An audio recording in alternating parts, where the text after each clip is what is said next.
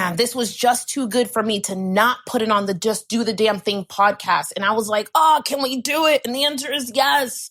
I had an opportunity to speak to one of our Strong members, and Strong is one of our programs. And for me, I just kind of believe firmly that in the conversation of doing the damn thing or not, we have to have a focus that's daily, even if it's small, on making ourselves stronger. So we have a program called Strong, and one of the amazing members that's there, they had access to what's called a tutoring session. And what's cool is that I started the conversation and it started soft. And then, like what's happened to me many times before, Kenneth began to give me some of the life cards that have been presented to him in the last 10 days, 2 weeks, 30 days, 60 days, as to why he's been silent, why he's kind of taken that position. And the truth is that I felt for him, but I saw it as an opportunity because I have been in that place so many times. And I know that you've been in this place before where shit feels like it is going haywire all over the place, to your left, to your right. You feel like you're on a sinking ship, and like everything that can go wrong is going wrong, and things don't seem to be getting better. They're getting worse, no matter how much you're showing up, how much you're praying. And you're like, man, I need a break. I need no more life cards handed to me for just a moment. I promise you, in the spirit of doing the damn thing, especially with where the world is right now, trust me when I say this is not going to be one you want to miss. It's going to be a little bit longer because you're going to hear me as I am sharing with you some audio from literally the last couple of days, but I know it's going to be good. It's going to be juicy. I'd love to know what you think about it. And more importantly, where are you in a space where life is handing you life cards and you just don't know where or what to do next? Tune in to another dope episode of Just Do the Damn Thing. Kenneth and I were in the midst of a tutoring session, and I said to myself, you know, it's so easy sometimes to think to ourselves that we're in this space that no one else is in.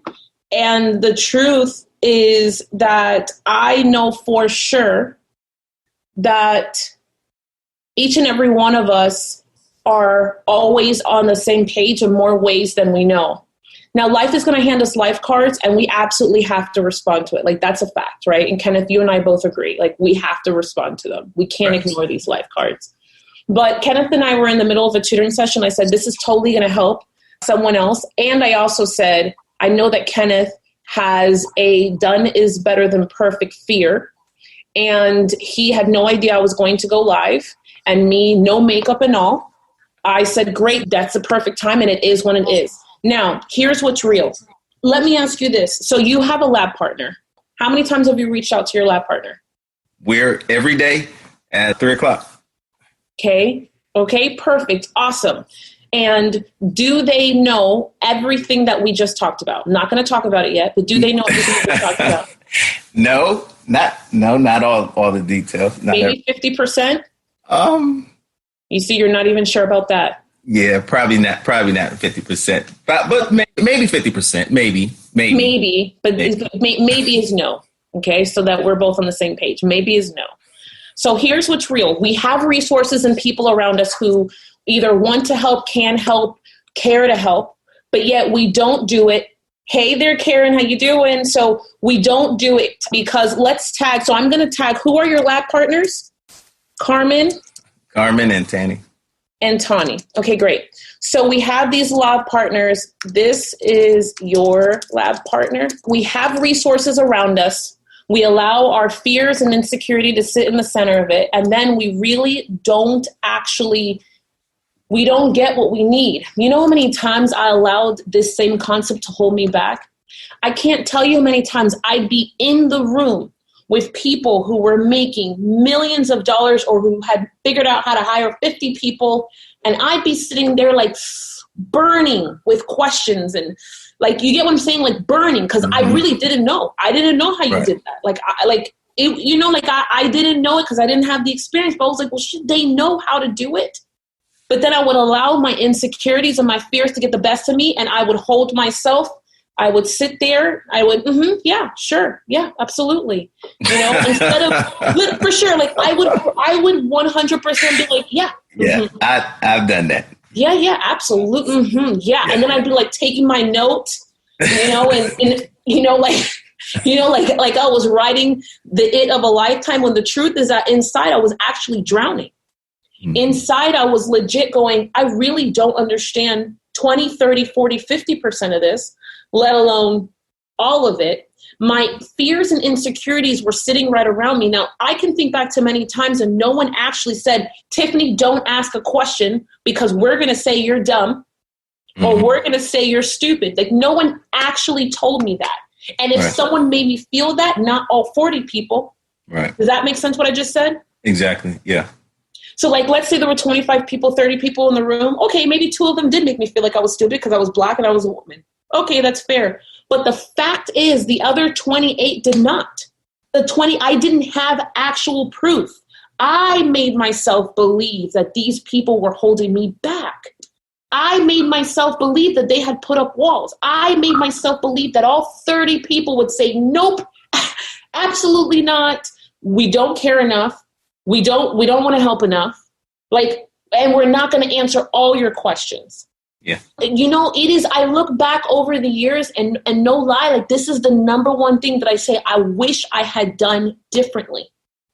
This is the place of regrets. If I had to regret something, it was not asking for help sooner. Because I suffered in silence. You have to understand, like I'm in Miami, Florida. I have these 2 kids. My husband is secretly abusing me. I'm on the downside of this abuse because I had gotten some sense in my head, but I was still married and I still slept with him in the same house, respectively, when he was around. And so I, for sure, would be like, I don't want anyone to know how bad it is at home. I don't want anyone to know that, like I didn't want people. So I would go at lengths to hide. I would go at lengths to hide my world. I wasn't making $100,000, but I for sure was making about 4,000, maybe 4,500. And I was making it consistently, plus or minus 1,000. I hadn't quite hit 7,500 yet ever, but I was knocking on a lot of doors. And what was happening in my life card was that when I got home, it was a shit show. It was like arguing and breaking shit from like 7 p.m. to like the next morning was like I was in a war zone like this. And it was crazy at home. Hovering over my kids, barricading us. Like it was always dramatic. And I had normalized it in my head because you go through something enough. You learn to suffer and limp along and it becomes normal for you. So it was normal for me to go like this. When he was there. When he wasn't there was when I had my peace of mind, even though it was a whole nother set of problems, right? Where is he? What's happening? Blah, blah, blah. The rent can't be paid. I can't pay all these bills. When I started asking for help, it was more of, I didn't go, hi, I need help. I had a person who I was working in proximity with. And on this day, he was in proximity. And what that means is we were physically in the same space and he was going to show me how to do something at an account, at a type of a business. And I'll never forget it. We were in the car. Now, before I would hide the phone calls that would come because my ex-husband would call me on redial. Some days he would just lose it and he would call me on redial. This particular day, I'm in the car. It's quiet. The windows are all up. And he calls me on redial. He calls me and I start declining the call. Because it's quiet in this place. And I know that if I pick up a phone, you get it, it's going to be dramatic. Right. I decline it like 15 times. And like on time 16, I'm thinking to myself, if I keep declining it, like I'm hiding, like now I'm hiding, but he can see that I'm hiding. Like it's a thing. Finally, I pick up the phone and I can remember it like it was yesterday. Cause I was like, hello, hi, this is Tiffany. How you doing? And it was yelling and cussing and blah, blah, blah. Like he lost something. It was something so simple and stupid. But he was losing it. And I was trying not to break down, I think in tears and in this front seat. And I'll never forget hanging up the phone and it's quiet. So normally I would make a bunch of excuses. Normally I'd be like, oh, you know what? That's such and such and such and such. And, like I'd already have like a story to rub on the top of this thing. Right. But, it was the first day for me where I felt like I just can't do it. Like I literally just sat there in the passenger seat and we were driving on US 1 in Miami. And I was like, I literally cannot do it. I can't do this. And I can see that he's looking at me and I'm avoiding the look. And then finally, he just says these words to me. He says something like, I just want you to know that's not normal. Mm-hmm. And when he said that, it caught me by surprise. He didn't ask me a question. He didn't say, hey, let me da-da-da-da. He was like, hey, I want you to know that that's not normal. Then he made another statement. He's like, you shouldn't be treated like that. And in this moment, it was like the first time someone had ever just said, that's wrong. You shouldn't. No one else in my life had said anything like that to me. So I had been conditioned to not ask for help because in the midst of me dealing with this, I still had to have answers for other people, especially the children I was raising. In this, what I remember like there's no tomorrow is that there was a moment where I wanted to retreat with, you don't understand, you don't know, whatever conditioning I had. But at that moment, I was like, wow, I said nothing. Instead of going to the account, we stopped somewhere in Coconut Grove and we get out the car and it's like a farmer's market type place. And he goes, oh, I need to grab something for myself for lunch. You can grab something if you want. He's very informal, very like this to me. And I'm wandering around this farmer's market and I pick something up and he's like, hey, why don't we sit down? And we sit and he says, that's not normal. And I'll never forget, I realized I had a decision. Do I open my mouth and say, this person doesn't know me. They don't really care. Their life is not my life. You get it? Like I already, in my mind in this moment, I was so sure that I was going to say it. It was going to fall on deaf ears. But what ended up happening changed my life. I mildly said, I just don't even know how to deal with it. I don't even understand. I don't even know. I don't. And I walked down this half-baked parable type talking because we are not close. You get it? It's not like we're homies. He's just a person. We're in the same kind of work environment, if you will. And I'm saying to myself, well, I need to ask for help for somebody. Like I actually at that day thought I was losing my mind. My willingness to ask for help changed my whole life. And it was even though I wasn't comfortable going, oh, and all of this is happening, and let me lay it out for you, and blah, blah, blah, blah, blah. That decision was not about him hearing, is about me asking. Mm-hmm. Teaching yourself to ask for help and teaching yourself to just talk and teaching yourself to be open is a practice. It's literally at the baseline of getting stronger. I had been turned down so many times before by the church, by pastors' wives, by church counselors for the same thing that I had already said, well, either no one cares or it's dumb when I say it. You get it? Like I already said, like, this is dumb because I had spent years. I didn't figure everything out, but I got myself into some place of at least not jumping off of a bridge because that's where I wasn't at that moment, which I was before. I was like, I may not want to live for me, but I'll live for these two humans. And that's where I was. Now, I'm sharing this with you because our own willingness to get stronger is like no one else can help us with it. I had to be willing to ask to say something, and then I had to be willing to ask for help. My only statement was, I don't know what to do. I need help. And I think about that all the time because I question myself, like, why this person not my best friend? Why didn't I go and sit at her doorstep and ask her? She was nice. She loved me. She had a job. Like there were a few, maybe 3 or 4 other people, but I didn't. That person who said, I'm here, they weren't like, please, Tiffany, but they made it clear that I'm here. The holding on to 2 things. One, my inability to commit to the concept that I needed help and that I needed to be vulnerable in order to get it. I need help and I have to be vulnerable to get it. I can't just need help and then not be vulnerable and expect to get it. It's like, man, that concept was like, whoa, I got to be vulnerable, because cultural wise, we don't do that. And as a Black woman, you just take it. And at that point, it was like, if I don't get help, I'm going to die. Mentally, spiritually, you call it, emotionally, whatever, financially. And I can't do that. The appearance, I realized how dangerous it was for me to always have to be strong, and how dangerous it was for me to pretend that I had all the answers, because then I never allowed for room for the answers to actually come, because I'd be like, I have all the answers, universe.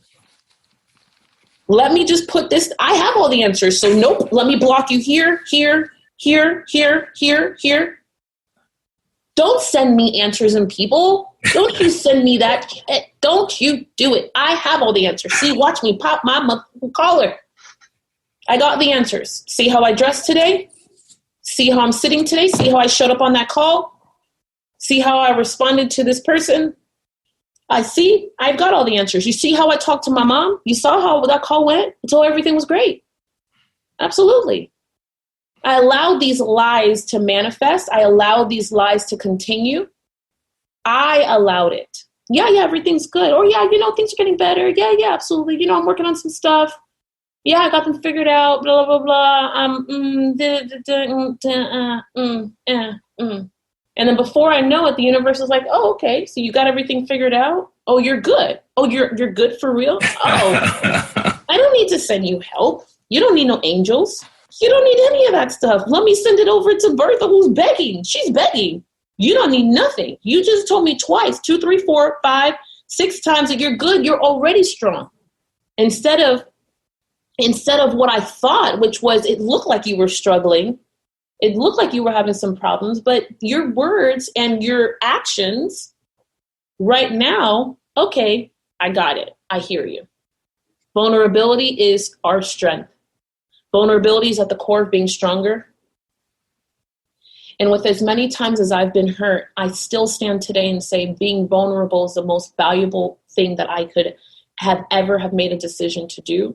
And it is our greatest asset that we have, because if I'm not truthful, if I wasn't truthful with saying, I don't know what to do and I need help, then there is no room for the person to come and help me. There is no room, because I have to also state, I actually don't know what to do.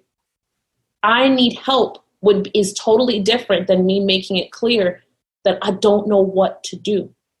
Being honest with the world is a game of being honest with ourselves. The art of becoming stronger is about being honest with ourselves and understanding that some of the people and things that come to help us don't exactly look like what we wanted, because we're expecting it in a different way. I expected my best friend to come on a riding horse and save me. I was like, for sure. It's going to be my mother. Absolutely. It's going to be my father. Absolutely. For sure. Totally. Ride on that horse and come get my ass. Come get me. That is not the way it happened. Not even remotely close. The resource, the person, the help, the safety, the next step doesn't look like what we want. Doesn't look like what we've imagined. Comes in forms that we're not prepared for. But man, it is those forms that serve us the most. And if we're not willing, our heart can't yield to what's happening. So then Tuesday turns into Wednesday, turns into Friday, turns into next Tuesday. 1 week, the 1st of the month is now the 13th of the month, is now the 19th of the month, is the 22nd. And we're like, wait, what? And in our minds, we're like, but I'm working on some things. I'm doing this, that, and the other. And this guy's coming in. But the truth of the matter is that that's not it. That's a delusional state. That's not the truth. I want you to just take a moment and just think about this question, just for yourself, like for real, legit, for real. Like in all transparencies, ask yourself, how many times in the last 7 days, in the last week, in the last 2 weeks, in the last 4 weeks, in the last 7 weeks, how many times have I actually asked for help? How many times have I actually asked for help? That's first. Second, And this is really, it's like a you test. It's like a us test. The second question is like, for real, how many people right around me know exactly what's going on? How many people know what I'm trying to fight for?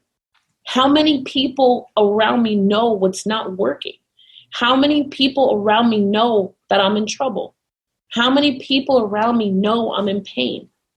How many people around me know? And whenever I think about that question, like the question that comes right around it is slightly different, because I could be like, you know what, well, I told my spouse and I told my kid, and that's important. But the problem with that is that that's not being vulnerable, because neither of them respectively have the ability to help me. So then we're like, yeah, I'm being vulnerable. I'm telling people, I told my spouse, my kids, I told my goddaughter, I told the people who are comfortable around me, and these people who are comfortable around me, I'm going to tell them and they're going to have it. But I'm going to tell you what, those people don't have the ability to help us. They care for us. They can cheerlead for us. They can encourage us. But they actually, and you know, I know out there in the world, there's exceptions to every rule, but I'll tell you, I've been trying to mom and figure it out for 18 years. Jada's going to be 18 years old. I'm not new to this journey. I'm not new to fighting for me. And it's tough for someone to tell me different, that person has the capacity, because I've never seen it. For me, in my story, when I went to the people who created the most fear for me, because they could judge me, because they could ridicule me, because they could reject me, and I went vulnerable there in those arenas, that's when the magic happened.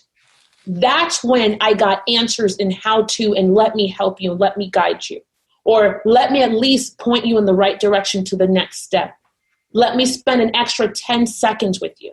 Let me, you know what? Let me call you on a Saturday. Let me hit you up after I'm done with my workday, killing the world and doing all these amazing things. I will give you my time for 22 minutes on Wednesday night, because they have the capacity, because they're strong enough to carry me, because they're ahead of me, or they're stronger than me. The key of being vulnerable is that you've got to be vulnerable in the midst of strength. You got to be vulnerable in the midst of some type of strength. That's true vulnerability. If you're vulnerable always around other people who are not being vulnerable too, or they're weak or weaker, then that's not really helpful. Because you need the strength identifies the weakness and it pulls it up. Strength identifies the weakness and it pulls it up. It's just like when you see in those movies, like there's this big person and we have to walk like 25 miles, and then all of a sudden they turn around and pick up the child and like put them on their shoulder, and then they take them the next 2-3 miles. It's because they identify this is the weakest of our group, or this is the weakest here. We don't shame them for it. We don't leave them behind for it. No, we carry them. We give them rest and we help them so that way they can then go and continue on. That's why it's so important to understand what your strong elements are around you and your strong people around you. So that way you can put them on your back, or they can put you on their back and carry you. In business, for me, sometimes that has been me understanding digital marketing, Facebook ads. In life, that might have been understanding wealth, streams of income, multiple streams of income. In some aspects of my life, that's physical strength. That's, hey, I spent a year in and out of the hospital. I got some serious problems. I got some serious body strengthening to do. Here's what's really going on inside of my charts. You're stronger than me. You can carry me. You can help me. You can support me. You can encourage me. You can for real encourage me, because you know what's on the other end. For the person who's behind me, they can encourage me, but they don't really know where they're going. Which is why it's good, but it's not enough. True vulnerability is you being vulnerable in front of the arenas and areas that matters. Getting strong and stronger is about asking for more help. Being strong and stronger is about using the resources around us and being okay with the fact and knowing that rejection is possible, but the fight that we're in is worth it. I had to get to a point where the rejection, I knew, yes, I might be rejected. I get it. And I knew that not only I might be rejected, but I might be ridiculed and so many other things, but I knew what was on the other end. Like I knew what was possible if I could. I knew what was possible. I knew what was possible. I knew that what I wanted was on the other side, which is why I needed to just sit my butt over here and be clear on what's on the other side and be willing, because it was worth it. That is at the center of doing the damn thing or not. I became fixated on what I was fighting for, which allowed me the ability to become vulnerable as a creature, as a business owner, then as a woman, as a mother. The roles that actually matter to me, the things that matter, because I'm not playing the game to sort of win. I'm not playing this game to sort of win. I can't sort of win. I have to actually win. I need to legit for real win. I can't play around with almost not winning. There's too much at stake. There's too much at stake. There's just too much at stake. Part of the other side of this is I had to get rid of people who thought that vulnerability was weakness. Because there were a lot of people in my life at that time. They're like, no, what are you doing? Don't ask for help. We don't do that. Keep things to yourself. Don't tell people your business. Don't talk about what's going on. Keep it inside. What stays at home happens at home. All these other all that was the most dangerous type talk and behavior ever. That is the most dangerous ever. I had to get rid of those people. I had to go a chapter in my life where they could not talk to me anymore. It's not that I talk to them less. I want everyone to hear. I don't want you to think that I just distanced myself from them and I just went, I'm just going to talk a little bit and I'm just, we're going to keep it cool and cordial. No, I was like, block. I was like, I'm going to move and you're not getting my home address. Mm-hmm. I was like, no, I have a brand new phone number. Change my phone number. Did not give it to anybody. Because I'm either going to fight for this thing or I'm not. I'm not playing the game to sort of win. You can't play the game to sort of win. Right.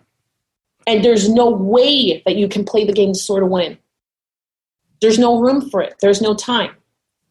But getting rid of the things that force us to fall, that force us to trip, for me, it was like once I understood that this vulnerability thing had some power, even though I was scared to stupid land. I was scared to stupid land about doing it again. I was, because when I did it the first time, there were a lot of repercussions. It was not pretty. There were a lot of tough things that happened in my life. But I was like, but I also saw the good things that happened. And I was like, I'm going to do this vulnerability thing again. But it was like, man, I will do the vulnerability thing again. And then I had family members like, you can't do that. You can't tell people your business. You can't put yourself out there. You can't. Who do you think you are? And then their insecurities, they try to make my insecurities. You can't do that because it reflects on me. Well, if it reflects on you, then that's your problem. That's not my problem. That is your problem. You need to manage that. Don't have me manage it. In that, without the second part, getting rid of the people. Now, does that mean that I didn't extend invitations to some of them to re-enter my life? For sure. I absolutely did. Years later, after I became strong, not 2 months later, years later, when I won, when I was over here, when you could do all that, but it's not going to affect Tiffany Largy anymore. Mm-hmm. It's not going to have an impact because I am now too strong for that weakness and those insecurities. And you could feel that and you could have your own impact on that. And I didn't have to be bothered. When I say it's never a lack of resources, I truly, truly mean it's never a lack of resources. We think that it's more planning, more strategy, more tactics, more something. It's not. It's us. owning ourselves, owning all of us, being clear that it's all of us, all of it, all of me, all of this, and knowing that I'm powerful and knowing that I have value and knowing that I'm going to choose me. I have to choose me. Getting stronger is owning your story. Owning your story is your own ability to be the most powerful version of yourself, not just the greatest version. And for people out there who say, Tiffany, it's not a fight, like hell, it's not a fight. It's always a fight. You have to fight for your happiness. You have to fight. Hell, we're still fighting hundreds of years later for me to be equal to be Black in the United States of America. I have to fight for it. I have to demand it. I have to be clear that I am valuable and I know my value. I don't need you to define my value. I have to be clear on facts like it is okay for me to be vulnerable. I have to constantly be clear that, yes, I do need help because I have to fight myself sometimes because there are times where I'm like, I don't need help. At this point in my game, I shouldn't need any help. At this age, I shouldn't need any help. I should have it all figured out. No, there's a lot of times, even in the last couple of years, I definitely don't have it figured out. I absolutely need help. But I have to fight myself. I have to fight myself for that standing principle. Nope, I do need help. Vulnerability is my strength. And I'm either playing the game to win or I'm not. But it's a choice, and I got to make the choice, and I got to be committed to making the choice. I got to be committed to doing the damn thing. I got to be committed. Third, last but definitely not least, is take an inventory. Who is in your circle? What is around you? There was a time 7 years ago where I didn't have it. 8 years ago, I definitely did not have it. And I was like, I'm actually, for real, I'm alone. Like, I got people who care about me, and they say they care about me, but if I was in trouble, they could not help me. They wouldn't know what to do. They wouldn't know how to do it. It's like, I wanted to have friends, like one of the biggest mistakes that I had was trying to build a circle of people who were friends to be vulnerable with, who didn't also own a business or they weren't fighting for their dreams. If I'm fighting for my dreams, you're not fighting for your dreams. We really actually have nothing in common. We're just holding on to the past. We're holding on to insecurities of what happens when there's room. But if you live a life where you're happy in your 9 to 5, making $27,000 a year, but you're complaining about not being able to travel, not being able to buy said car and whatever else it is, but you don't see the incongruency and you're like, oh, I'm not doing that. That's too much work. Yeah, we have nothing in common, period. There's a period at the end of that. We actually have zero in common. Zero in common, period. And in me checking myself in that way, because I had a lot of people and peers that I knew from growing up, and it's like, yeah, I own a 7-figure business now, and not that I'm rolling around in 7 figures in cash in my bank account, but my lifestyle was definitely different. And I was like, wow, I'm lonely over here. It sucks over here.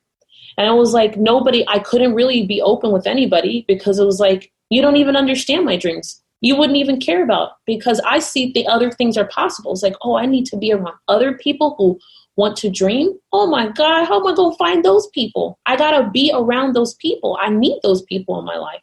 Today, I'm grateful every day because I have killer kick-ass friends who are, some of them are dreaming even bigger than I am. And they're what they've accomplished is one thing, but it's not really what they're accomplished. It's their ability to dream. It's not really about the check boxes of what they have. It's the fact that they dream too, which means it's like that last piece is something I had to be vulnerable to acquire. And I look back to my 5 closest friends. The first time they met me and spent 20 seconds with me, I started with my story. And I became vulnerable first. And all 5 of them, who are either male, female, white, Black, they're in arenas far from me today, they were like, flip.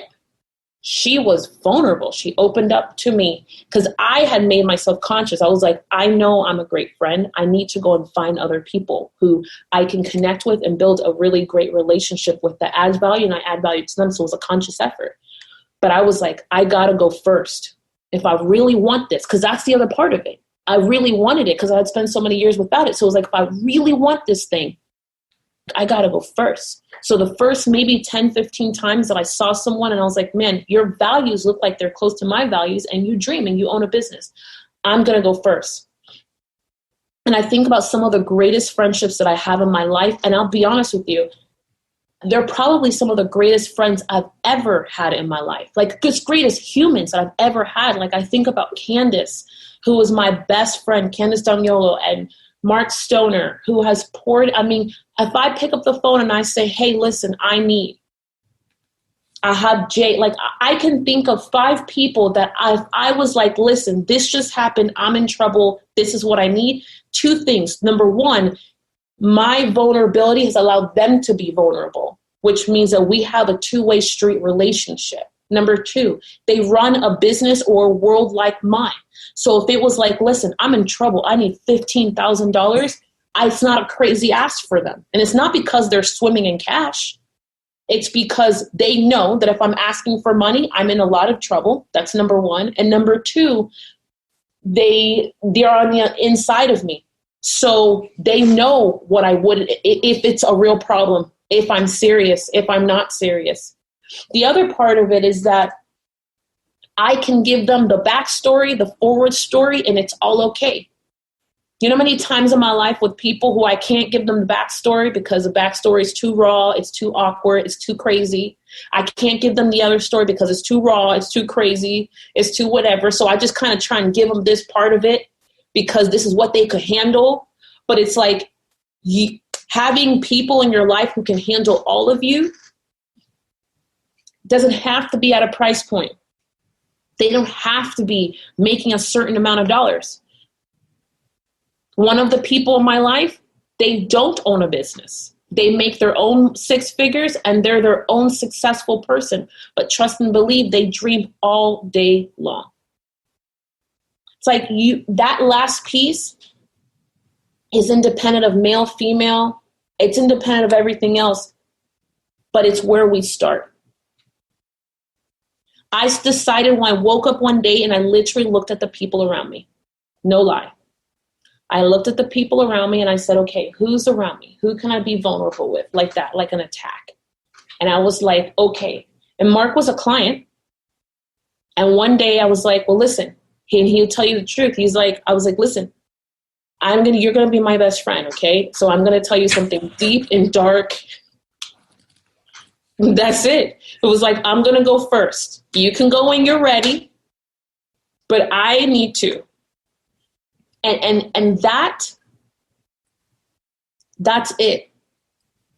The art of getting strong takes effort, and it takes effort. Sure. But it really just takes willingness. It doesn't actually have to be much more than that. And the real question, like right now at this very moment, is, are you willing? Man, have I told you how glad I am that you're here? Like, real talk, have I flippin' told you how glad I am that you are here, you have listened? This is the part of the show where I say, go follow us, go find us, go follow us, go stalk us, but just make sure that we're connected. Head to dothedamnthing.tv, dothedamnthing.life, or just go hang out on tiffanylargy.com. If we are not friends on Facebook, if you have not liked our Instagram page, go do that, because you're going to want to see what we're doing, how we're doing, and how we're doing the damn thing daily.